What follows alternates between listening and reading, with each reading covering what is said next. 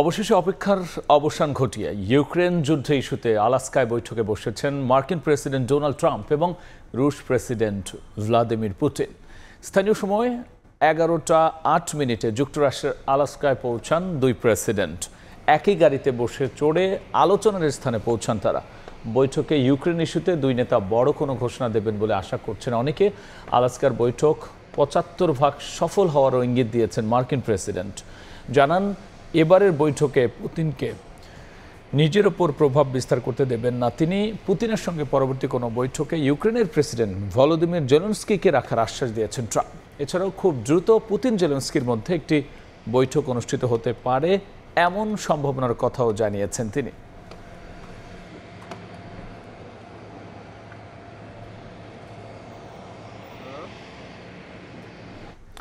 Trump পুতিনের এই বৈঠকের বিস্তারিত জানাতে যুক্তরাষ্ট্রে আছেন সহকর্মী হাসানুজ্জামান সাকি। সবশেষ জানতে সরাসরি যাচ্ছি তার কাছে।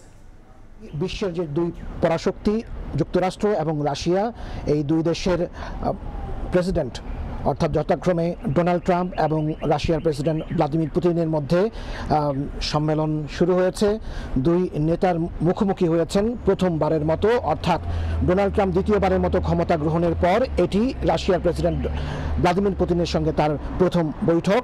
এবং এই বৈঠকটি হচ্ছে 7 বছর 1 মাস পরে। সর্বশেষ বৈঠকটি হয়েছিল প্রথম দফায় যখন মার্কিন প্রেসিডেন্ট ডোনাল্ড ট্রাম্প ক্ষমতায় এসেছিলেন 2016 সালে। তার 2 বছর পর 2018 সালে জুলাইয়ের 16 তারিখে তারা সর্বশেষ মুখোমুখি হয়েছিলেন। এবং এমন একটি পরিস্থিতিতে এবার এই বৈঠকটি হচ্ছে যখন 3.5 বছরেরও বেশি সময় ধরে ইউক্রেনে রাশিয়া আগ্রাসন চালাচ্ছে। এবং এটি শুরু হয়েছিল 2022 সালের ফেব্রুয়ারির 14 তারিখে। তখন ইউক্রেনের উপরে যে রাশিয়া আগ্রাসন চালায়, তারপরে দুই দেশের মধ্যে যুদ্ধ শুরু হয়। এবং এই যুদ্ধ পরিস্থিতির পর নানানভাবে এই যুদ্ধ বন্ধ এবং যুদ্ধবিরতির আলোচনা হয়েছে, কিন্তু সেই আলোচনা কখনোই ফলপ্রসূ হয়নি।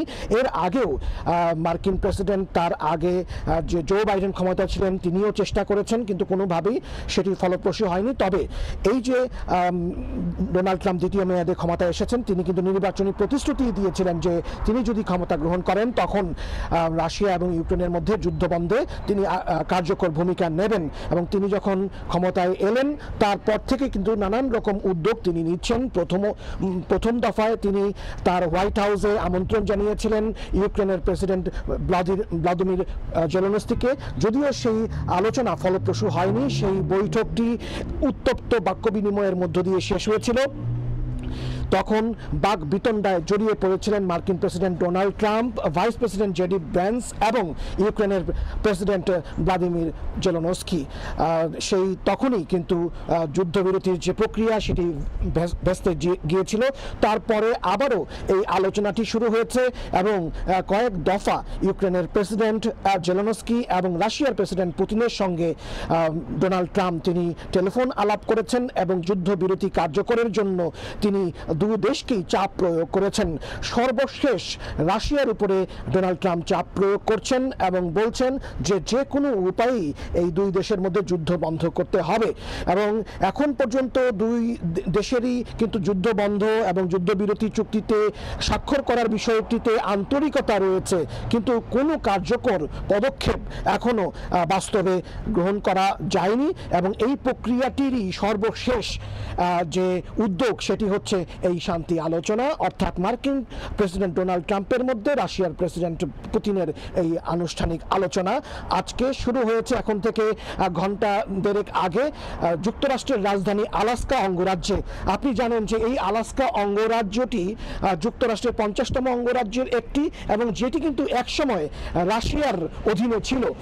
1807 সালের পরবর্তী সময়ে রাশিয়ার কাছ থেকে এই অঙ্গরাজ্যটি, এই ভূখণ্ডটি কিনে নেয় মার্কিন যুক্তরাষ্ট্র। তারপর থেকে যুক্তরাষ্ট্রের একটি অঙ্গরাজ্য হিসেবে আলাস্কা প্রতিষ্ঠিত হয়েছে।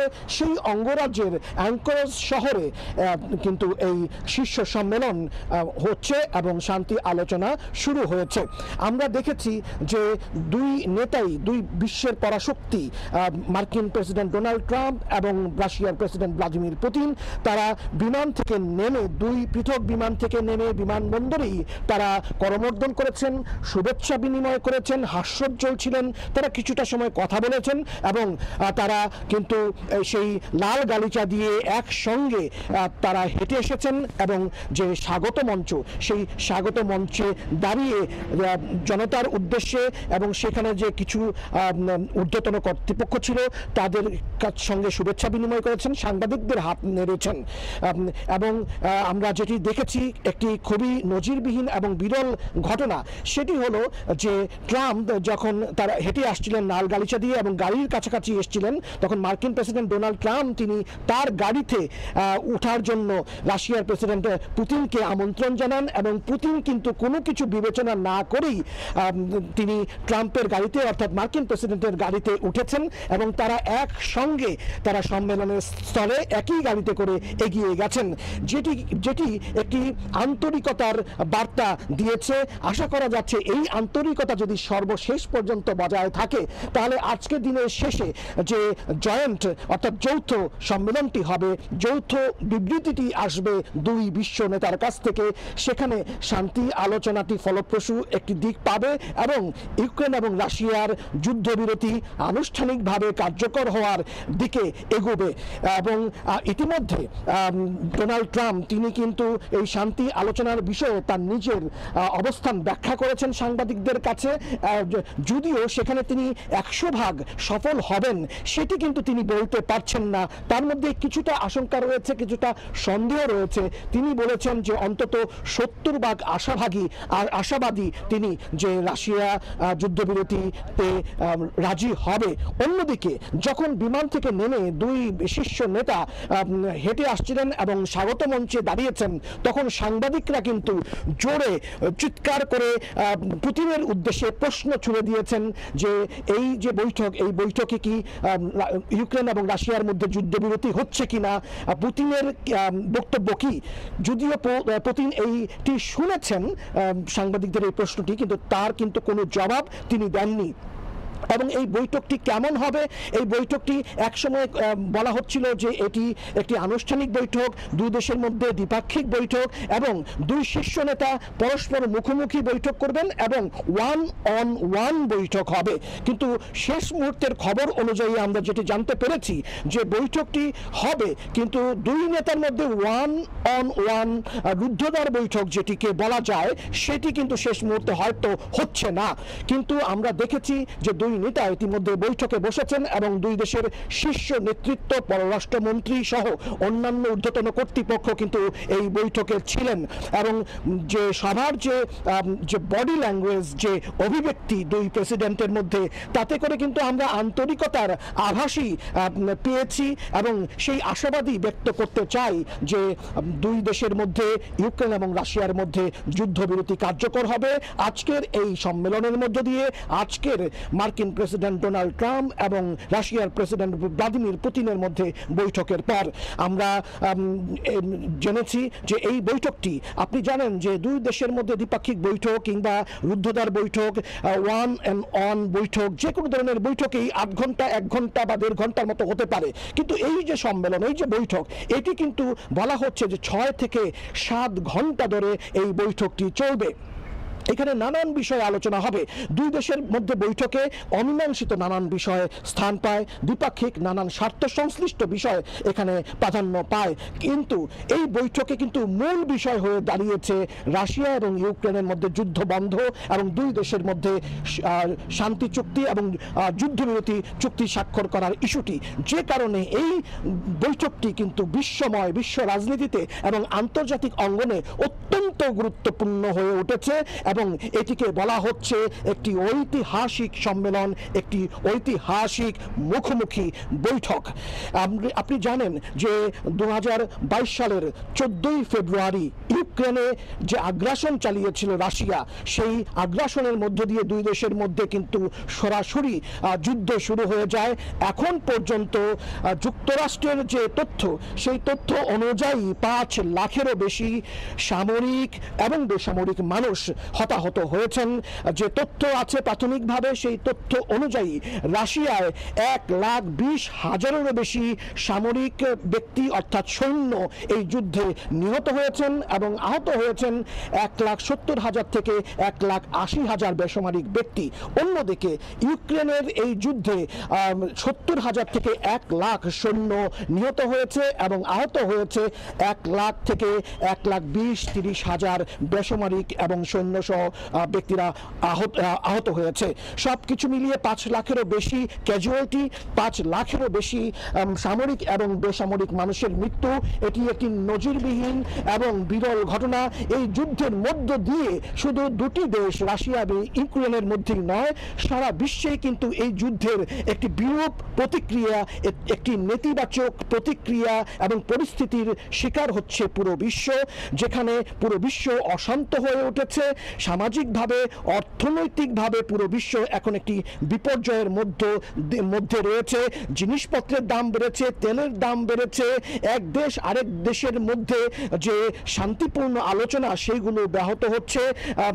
বিশ্বের যে পরাশক্তিগুলো তারা কিন্তু বিভিন্নভাবে রাশিয়া এবং ইউক্রেনের পক্ষ নিয়েছে এবং এই পক্ষ নেয়ার কারণে একটি তৃতীয় বিশ্বের দিকেই এগুচ্ছে এরকমই অনেকেই মনে করছেন।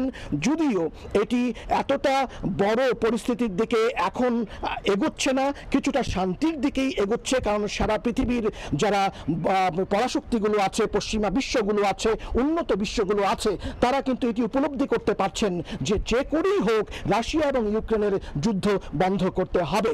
আজকের এই বৈঠকে রাশিয়ার প্রেসিডেন্ট এবং মার্কিন যুক্তরাষ্ট্রের প্রেসিডেন্ট রয়েছেন, কিন্তু এই বৈঠকের যে মূল বিষয় যে দুই দেশের মধ্যে যুদ্ধবিরতি অর্থাৎ ইউক্রেনের সাথে যুদ্ধবিরতি রাশিয়ার, সেখানে ইউক্রেনের কিন্তু কোনো প্রতিনিধি নেই। ইউক্রেনের প্রেসিডেন্ট ভ্লাদিমির জেলেনস্কিকে এই সম্মেলনে, এই শান্তি আলোচনায় আমন্ত্রণ জানানো হয়নি।